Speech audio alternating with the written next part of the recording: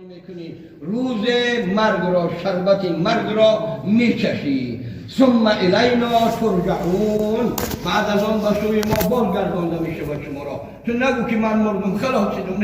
نه به سوی ما میرو پیش خدا میبروی پیش حضرت خداوند جل جلاله بازگردانده میشوی. انا این مرگ از جمله همون چیزا شب روز آفتاب ماهتاب ستارگان طلوع آنها جای اشراقشان و جای غروبشان مشرق و مغربشان این به ید قدرت خداوند جل جلاله از همون جمله بسیار چیزهای را خداوند نامزد کرده است. تنصیحتی عمری دراز یا کوتاه همه به قضا و قدر که کسی در این چیزا دخالت کرده و حکومت کرده و دخالت کرده اگر چند هزار در دخالت کرد اگر منفعتی نمیبخشد. روز را جز خداوند کسی آوردن نمیتواند، شب را جز خداوند کسی آوردن نمیتواند، آفتاب را جز خداوند کسی از مشرقش آوردن نمیتواند، آفتاب را پروردگار در غروبگاهش در مغربش کسی شناندن نمیتواند. 12 برج آسمان و حضرت خداوند جل جلاله که یک ماه 12 ماه تشکیل میکنه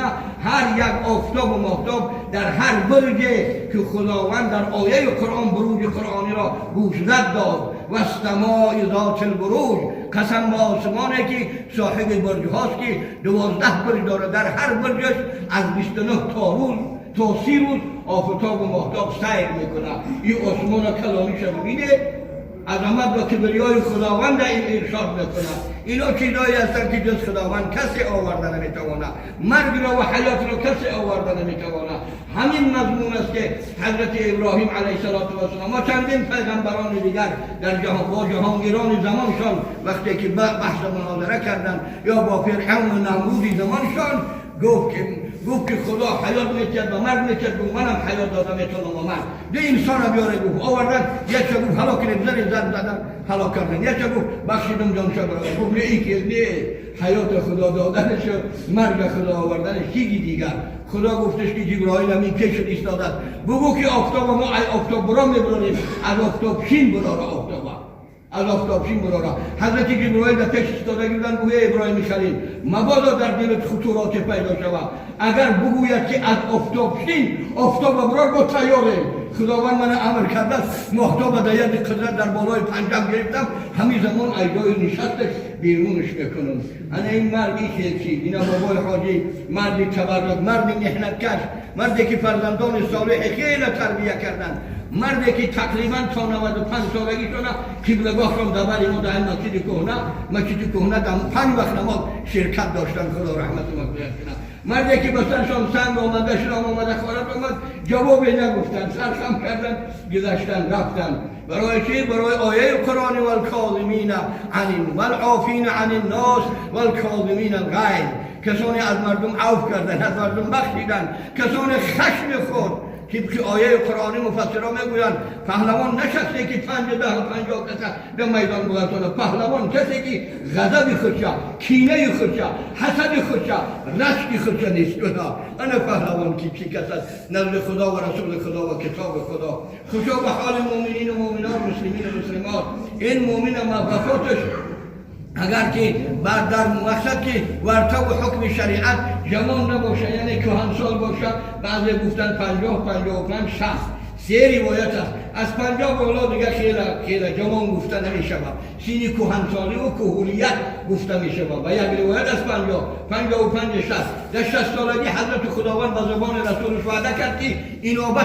اینابتش میتون اینابت به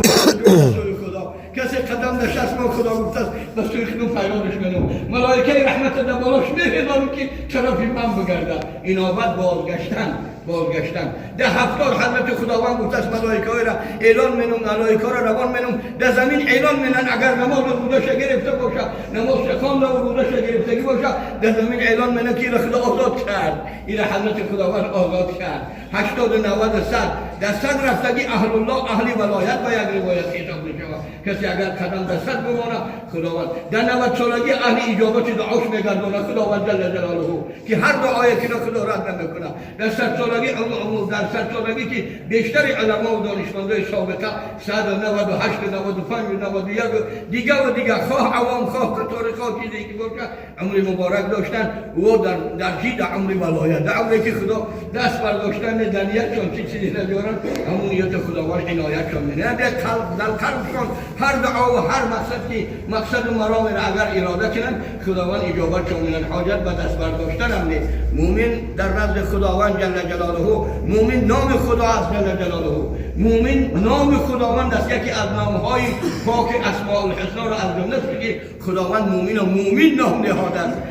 مومن یا معناش چی در امن بودن آدم ایمین از غضب خدا از لعنت خدا از شکنجه خدا از محنت دیگر آخرت دار آخرت و عذاب قبر و دیگر انا برای در این ماه مبارکه شهر مولود یعنی ماه تولد حضرت رحمت للعالمین امروز 8مین روزگرد یا 7مین روزگرد ماه مبارک مولود سفر قیامت که در ماهی که رحمت للعالمین در عالم وجود از مادر به زمین غلطیدن ماهی که بعد در تولد او تمام عالم در زلزله و در جنبش و در حرکت زدن ماهی که از زمین تا عرش اعلی نور حضرت خداوند و دین سابقه قرآن که در علم حکمت خداوند رفته بود نورش تا عرش اعلی بلند شدن انا برای در این ماه هر کسی از مؤمنین و مؤمنات خداوند پروردگار سفر آخرت رو نصیب دیده باشد مرچیدی دهشت آور نیست تنها به حکم شریعت 72 ساعت یعنی 3 شبانه 3 روز در بعض حدیث ها 7 روز هم آمده است که 7 شبانه 7 روز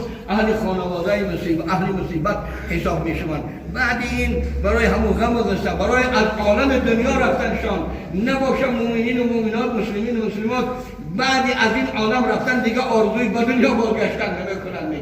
میکنن اگر بکنن خدایا برای عبادت تو اگر بازگردانمون عبادت بسیار کنیم طاعت عبادت ذکر تلاوت قرآن و خدمت خلق خدا و خداوند شریعت به جانب است در بعض علمای دانشمند یا جانب خدا یا جانب حضرت خلق خدا جانب خدا پیغمبر قرآن شریعت حضرت خداوند جل جلاله جانب خلق خدا که دلی رو آزرده نکرده باشیم دلی رو آشفته نکرده باشیم پیغمبر خدا صلی الله علیه و سلم رحمت للعالمین از تمام عالم وجود بالا و بلند از تمام مخلوقات و موجودات 18000 عالم بلند نیکی قربی وفاتشان و سفر قیامتشان صحابه ها را جمع کرد فریاد کرد مبادا تیزی گفته باشم تنده کرده باشم مبادا ضربه زده باشم مبادا یگان کار کرده باشم عوف ما مغفرت بخواهم این جسد این تن محمد در اختیار شما حضرت رحمت للعالمین که پیغمبران را به اختیار خودشان قبض روح میکنند یکی از کمترین صحابه بخشش برسیدن مبادا من که جای تیزی گفته باشم تندی کرده باشم این ضرب زدن دیگه و دیگه و دیگه خیلی برای این پدرها و باباهای ما و شما میگفتن که 100 مشت بخو و 1 مشت مزن 100 ضرب بخو 1 ضرب مزن این صفت پیامبران علیهم السلام